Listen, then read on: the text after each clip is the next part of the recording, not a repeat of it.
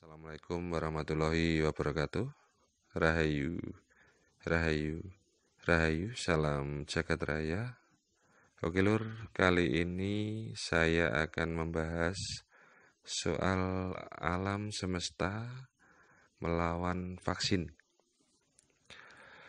Sebelum kita membahas atau memperjelas alam semesta versus vaksin, terlebih dahulu saya mengucapkan banyak-banyak terima kasih kepada pemerintah beserta jajarannya yang sudah berusaha keras, yang sudah bekerja keras dalam menangani COVID-19 selama ini.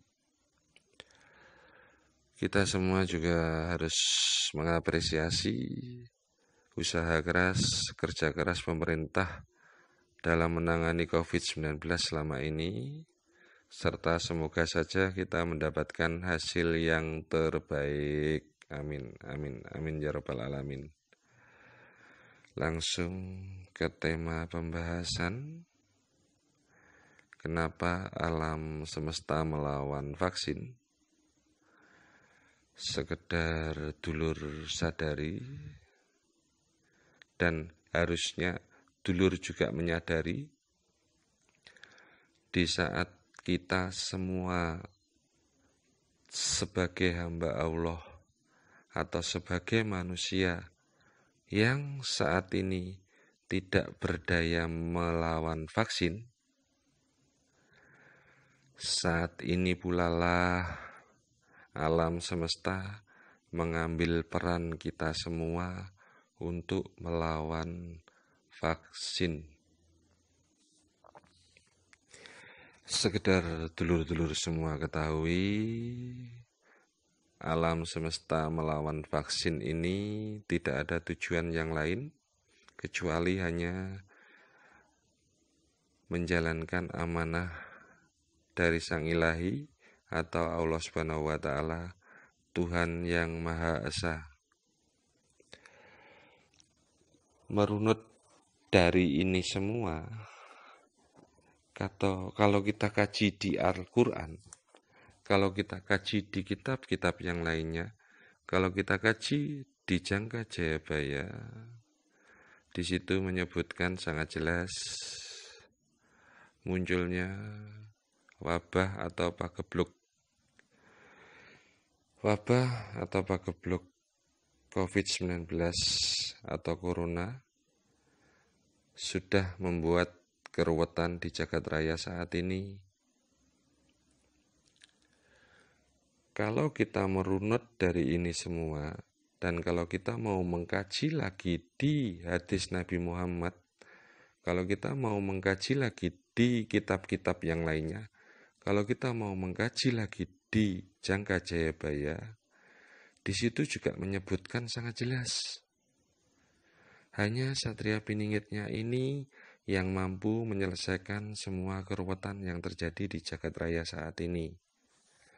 Nah, kalau sudah tertulis di hadis Nabi Muhammad, kalau sudah tertulis di Al-Quran, kalau sudah tertulis di kitab-kitab yang lainnya, kalau sudah tertulis di Jangka Jayabaya, apakah kita harus melawan kodratullah?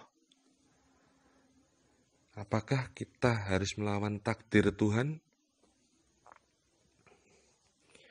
Saya yakin seyakin-yakinnya kita semua tidak akan bisa menang melawan Allah.